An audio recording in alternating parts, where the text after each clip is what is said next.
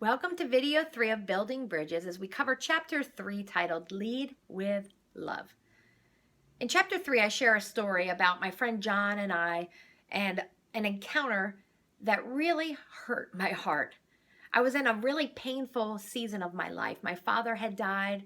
My husband was on a business trip and not even domestically overseas, so we couldn't talk easily. It was like a scheduled Skype date to even communicate with him. My kids, who I love very much, kept being home from school because of snow day, snow day, snow day, because where I live, where in Northern Virginia, when it snows, things get shut down just in a heartbeat. And then I had to keep rescheduling my work because my kids were home from school, and I just felt like everything was hard. And so when my friend John, who knew what was going on in my life, chose to lead with correcting me how I was not following one rule, and instead of addressing, like just saying something similar like, "Hey Steph, how's it going?" The fact of the matter is I knew he lost his father not that long before because I was at his funeral with him, and I just felt I wasn't a very good emotional steward then, and I don't feel like that was John's best day. I don't feel like it was my best day. But at the time I was in the middle of writing Building Bridges, and this I felt like was such a great example of what we need to not do. We don't need to overlook people's pain and just keep harping on one rule. The thing is John is an awesome man. I mean, he has made some incredible life sacrifices. I mean, he's an incredible man.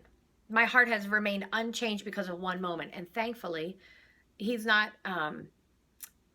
this is not his normal life approach. He's a real good guy, trust me. But the thing is that we as Christians have to make sure that we look at people, and sometimes the people that have the most outlandish, outrageous behavior, they're acting that way because they have a lot of pain inside them. And if we just try to give them a law of Christianity, like, don't do that because the Bible says, and they're like, I don't even care about the Bible because you don't even care about me.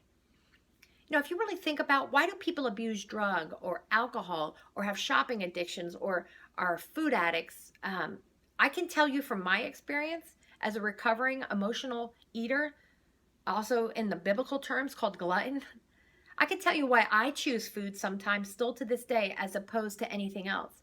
I choose to medicate sometimes my emotions and pain with food because I'm bailing out because there's pain in me that I'm not dealing with in a good way. I'm not turning to God or friends or just going to clear my head to go for a run. I'm choosing food and indulgent amounts of food. So what I want to tell you is that when you see people act in outrageous behaviors, it's not because that things are probably going all that great for them. There's probably some pain that they're medicating. So point number 1 is that people need their pain acknowledged, not overlooked. Point number 2 is that we need to lead with the love of Christ, not the laws of Christianity. Now, the laws of Christianity are very important to my life. And if you're truly serious about a relationship with Jesus, you're serious about the laws of Christ too. I don't want to grieve God's heart. I don't want to do things only my way. I've tried that, and I've only created more pain. But if we're really going to split hairs, the most important law of Christianity is to love God and love others. So really, if we show and shine and lead with love, as opposed to just communicate about rules. Now, sharing rules with people does mean you love them, okay? It doesn't mean that you don't, but it's the timing of it. And often people don't care about the rules, just like that day on the tennis court. I didn't care about the rule of not having a dog or animals aren't allowed on that field because I was in pain and I just wanted to go and try to do something to relieve pain and just get out in the sun and take some fresh air as opposed to the law. Now, after I knew my friend cared, maybe, and especially in that raw space of my life, I may not have cared after, okay? It's quite possible.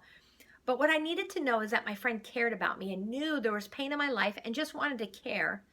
And then after I told the rule of no dogs here, I might have cared about it. I might not have, but I might have. So point 1 is that people need their pain acknowledged, not overlooked.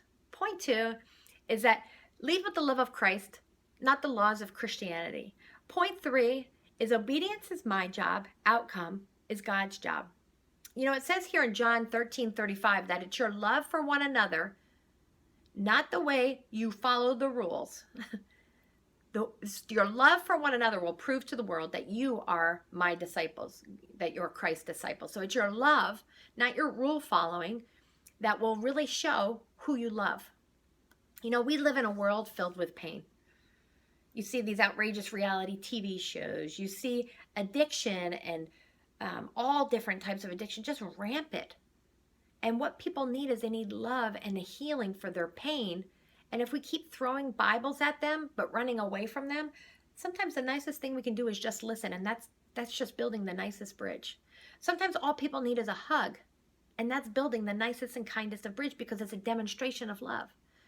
Sometimes people need a meal brought to them or a cup of coffee brought to them, just a kindness to demonstrate love.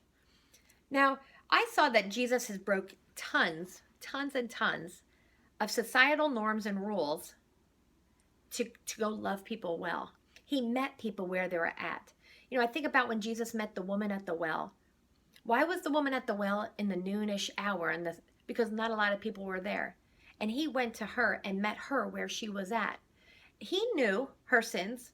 He knew that she was, the way he talked to her, he knew that she was living a life of extramarital, having a lot of relationships with men, and that she was getting the water from the well at a time where a lot of people wouldn't be there because she was living in pain and shame. He went to her. He talked to her. He loved her. And I think that's what we need to do. I think we need to model that love, to build a bridge in love, because that's what gets to people's hearts. Now, I want to share this really amazing statement that Deb Hirsch, an author and woman who I'm also going to share about her husband in a second, she says, the people that you have at your table tells a lot about the Jesus you follow. Now, if all you do is commune with other Christians that think, look, act just like you, are you really having an impact, and are you really bridging out and bridge building? Now, I'm not saying don't do that. Absolutely do that.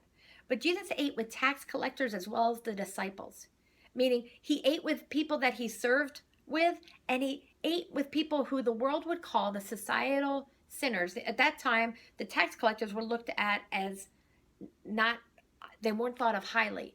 People that had skin diseases called leprosy, Jesus met with, and that was another societal norm that he broke. And he just met with them, and he touched people, and people were healed. So as we close out this video, I want to share this statistic that Alan Hirsch, the husband of the woman I just quoted, shared in one of his books. And it's this, that 60% of Americans will never come into a church building. When I read that, and this was right before I started writing Building Bridges, I thought, oh my gosh, what are we doing wrong as Christians? This is crazy. So I want to ask you today 2 questions as we close the video out. Why do you think 60% of Americans will never go into a church building? Leave your thoughts, share what you think, and we got to do better. 60% is a pretty crazy statistic. And Alan Hirsch is a leader in the missional movement, meaning he studies trends in Christianity. And this was one of the statistics that popped off the page and made me think, we got to do something. And what we're doing right now is not working, if more than not don't even want to come into a Christian community. And then the second question is, I'd love to know your thoughts on, what are your thoughts on what does lead with the love of Christ more than the laws of Christianity mean to you? Okay, I'll see y'all next video.